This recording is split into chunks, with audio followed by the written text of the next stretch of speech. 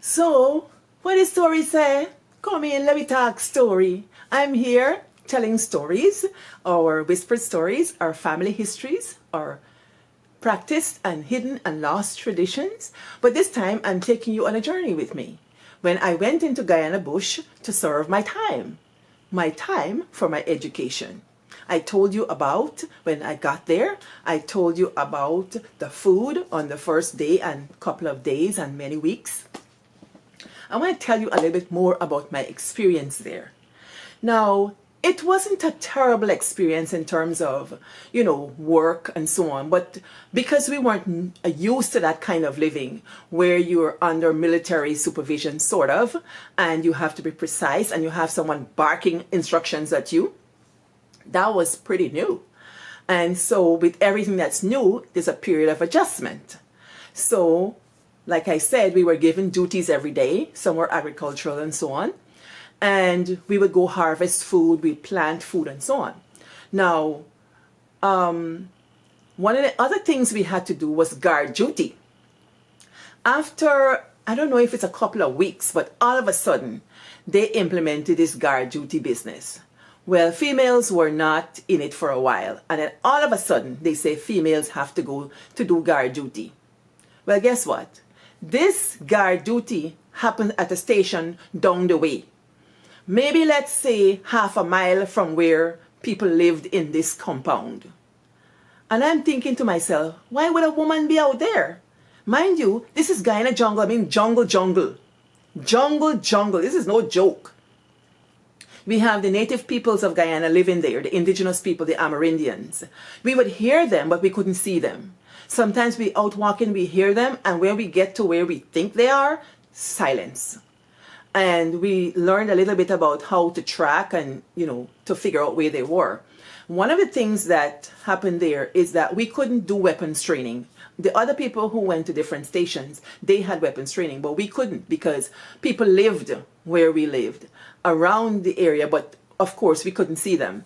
We saw them when they went to the little shop and the little rum shop next to the base. And next to is not like a stone's throw, it's a good walk. We saw them there. Quite interesting. As the first time I'd seen an Amerindian family close up. Woman with baby on the back and, women with warishi and so on. They have a sack like carrying food and things. Yes. So that was interesting. But we had our duties, and one of the duties, like I was saying, is doing the guard duty. So I was sent out there one night to do the guard duty. So all the guys from GSA came out and spent the early in the evening there. But when it was time to sleep, they had to go back. And I was left there with this private, some low rank called Wahab. Me and Wahab in this little guard hut. No guns, nothing, not even a piece of Walaba post. Nothing. So but we guarding. And guarding what? Me no know. Mind you, we would hear boats in the night, like motorboats. I think, because we were near to Venezuela, people said people were running contraband. I don't know. But if you know anything about Guyana's history, Venezuela claims a big portion of Guyana. And so we have this, or we've had this ongoing dispute. And if you want to read it up, you can read about the posthumous allegation and all of that stuff. And we had this thing. We were trained to be heightened and to know about our country. That's where you get the song, Not a Blade of Grass, right?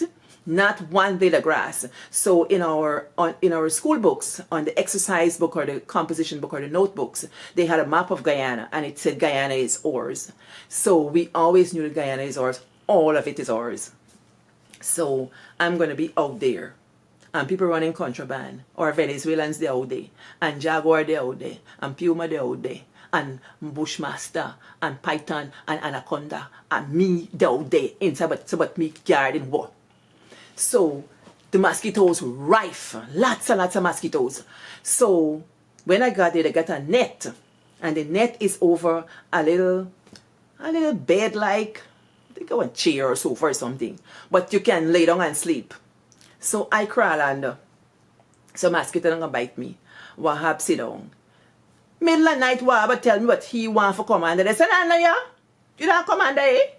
Poor Wabi. He obey me. No command anything. Mosquito bite, papa bite him. Mosquito bite him first. So, me not like commander day. Me bad, no? Me should take pity pan the guy. But this situation, we could not deal with the situation. Nah, he can't sit down there, man. Nah, that's me thinking at the time. So, maybe he could have worked out something else. Me don't know, but me take a mosquito bite, forget malaria, and all of that. More than that, Wahab lived there a long time. He must get used to malaria by then.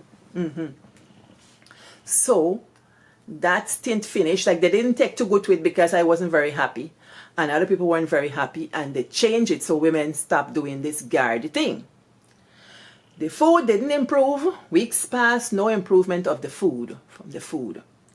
So, you know, we went along. More duties. So one day, the staff sergeant said, I want the volunteers to dig a ditch. Me don't know why this man want ditch dug. So, my friend Basil volunteered for the ditch, and then he picked me as the female. So we go out in the field where this ditch supposed to dig, and of course we get line and you know thing I'll be measuring and everything. So don't ask me why. I don't remember why we had to dig this thing. But the soil in that area is like a kind of sand. It's like a loam, a sandy loam, like clay and sand. So it's not that difficult to dig. So we got the shovel and whatever else, and I pick up my shovel and I start for dig. Basil look at me and say, hey, Beardy, where do? I say, my dig. He said, where dig for?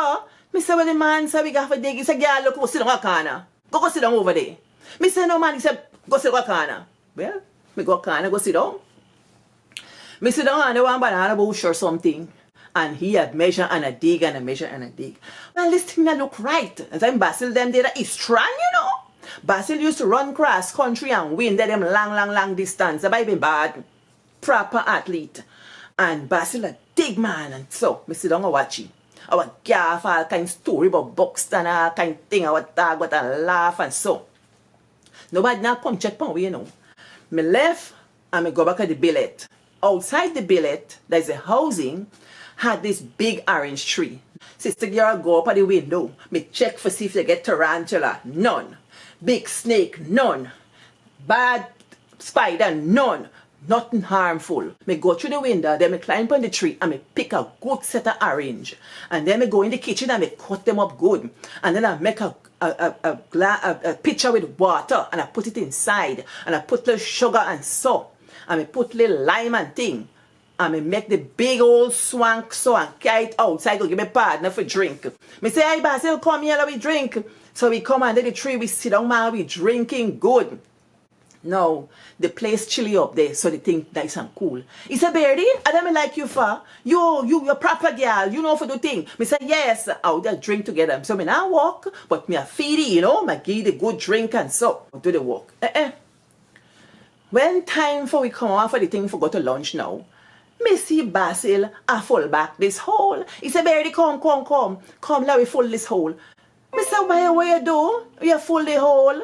You just dig the hole. He said, oh man, you think me I dig this ditch today? It's a whole week walk. Next morning, staff sergeant come. I want some volunteers. Basil said, ditch, how the ditch come in? Good, staff sergeant, good. Pick a female, Beardy, you come. Me and he gone there. I will go under the ditch, me sit down under the tree. I will talk a little bit, he dig out all and take it full back. Me go up at the tree, me pick more orange, me make swank. I will sit down, I will drink, I will talk. And so I will pass the time at the National Service until one day, me there in the billet and then by come and say, Beardy, you not get one bowl? Give me? They bring one little bowl and say, not bowl. You not get one big container? We carry one bigger bowl. It's a bigger container. Me give them one big bucket. The biscuit bucket, we give them the bucket. Then they bring back the bucket. And from the time they bring back the bucket, all hell broke loose at the place. I'm going to tell you what make or what the story with the bucket when I come back. That part of the travel. Are you listening? And what good?